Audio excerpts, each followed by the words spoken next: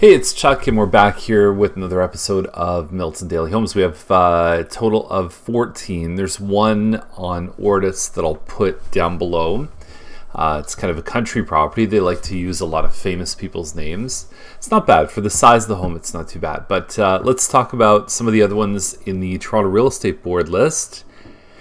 And I don't know if you saw the tweet by Donald Trump, but I thought the word Covfefe is perfect. It'll be in our lexicon for a very long time. So who knows? Maybe I'll start calling some of these properties Covfefe when I don't know what else to say.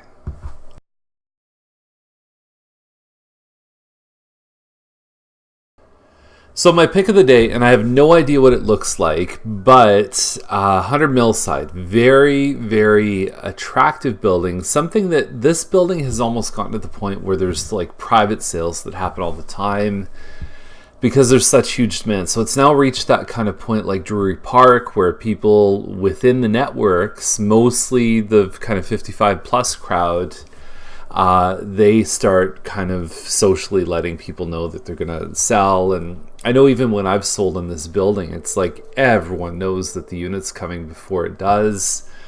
1,200 square feet. If there's a downside, there's no balconies in this building, but everything else is well cared for.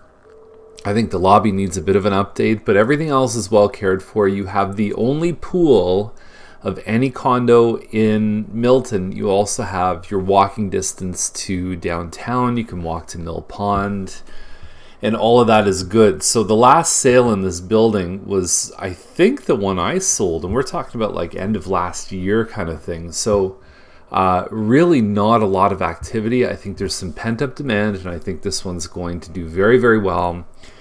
1,200 square feet in other buildings has gone this year for 500, 550. So it really depends on the condition. I don't have pictures. There's 2 parking spaces. The fees are a little bit higher. If we can zoom in, Sharon, 763. But look what it includes. And they wrongfully put taxes. You have to pay your $2,200 of property taxes separate.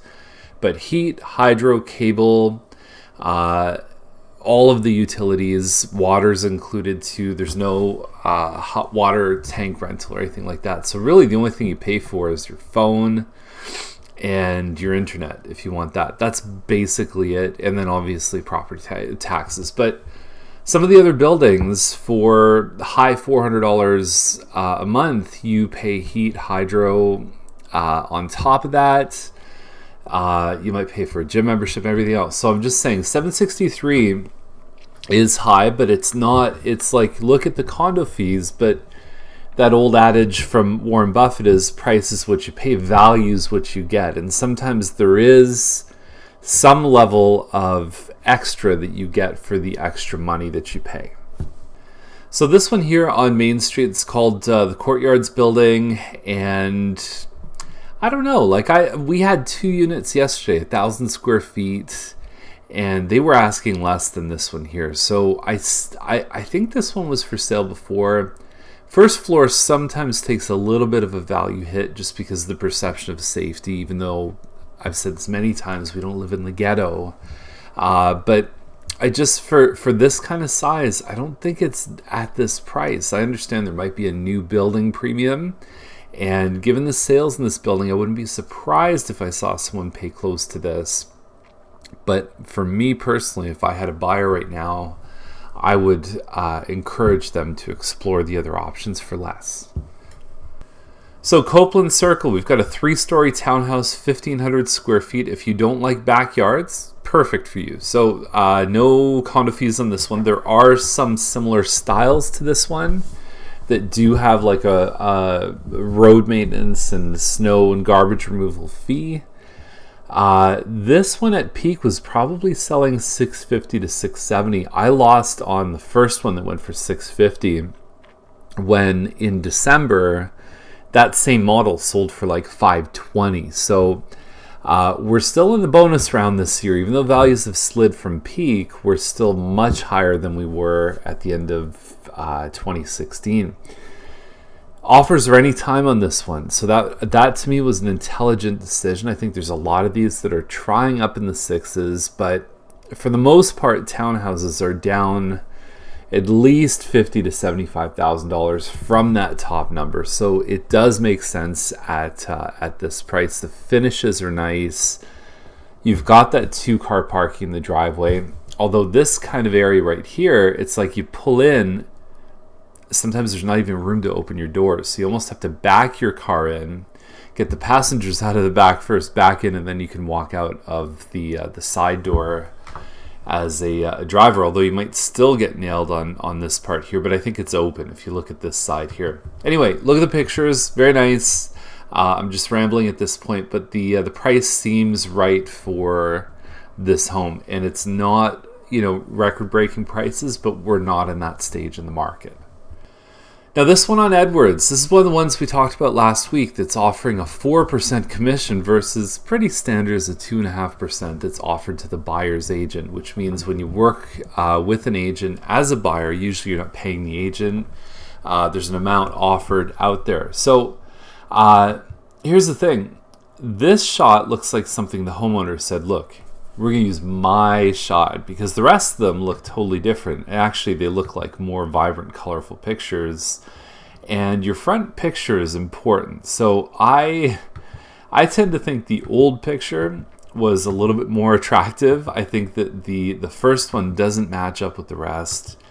And, again, photography is good. It's called an HDR effect, where you get a bit of a high contrast on colors. And you've got your finished basement. That's a bit of a bold choice downstairs.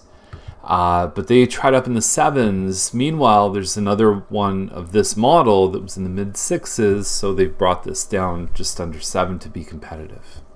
So Philbrook, this one is the same. There's one on Deacon right now that's the same model as this for like $750. So at $819 for this amount of size. Now, it does have this mobility feature. It does have a, whatever you call those, a lift on the staircase. If that's included, that could be a really valuable thing for people, because this home is a nice size for kind of a retired older couple. About 1,700 square feet. You've got a nice sized lot. This is basically your main floors. This here plus this. You've got your open foyer.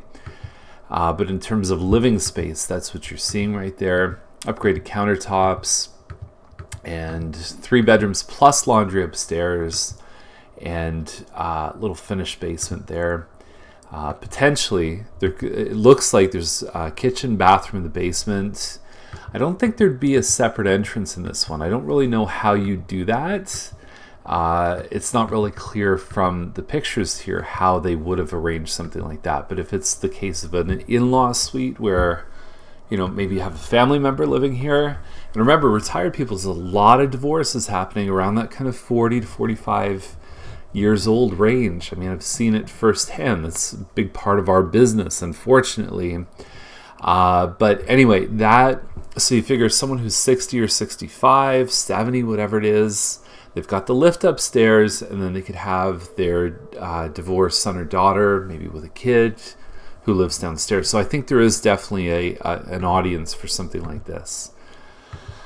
I've often also thought that homes should have some special designation. There should be a little wheelchair. There was one years ago that put a wheelchair right in the corner of the listing, so it was obvious that it was accessible. And something like this, you'd have to do a ramp on the front here. But that could be something that I think could really boost this up. There's a real shortage. I've had people say to me, look, I want to buy a house that's accessible. And I'm like, unless it's in here, unless I remember something, I have no way of searching it, which I think is unfortunate. So Victoria, huge property, really nice location. $999. They were at a high of 1.25, then they went down to 1.1. And now they're down to the $999. So there's a ton of space in here. You're gonna have to come in and spend some money in this home, but I think that this is that kind of Victoria. There's a couple there's a handful of streets downtown, but like this is the southeast Oakville of Milton. This is the place where people are going to want to be for a very, very long time. So I think that getting into this area for less than $1 million, if you've got the budget to kind of crank it up and to do something special with this home, I mean, just down the street, 1.5 for a more renovated home, and it wouldn't cost you $500,000 in this home to get it up to that level. Okay, so that's the episode. We've got the buyer class tonight. If you want to come, you can register fast, because pretty much after 4 or 5 o'clock, I don't have anybody to confirm that. But to you, I say, with love, Covfefe. Have a great day.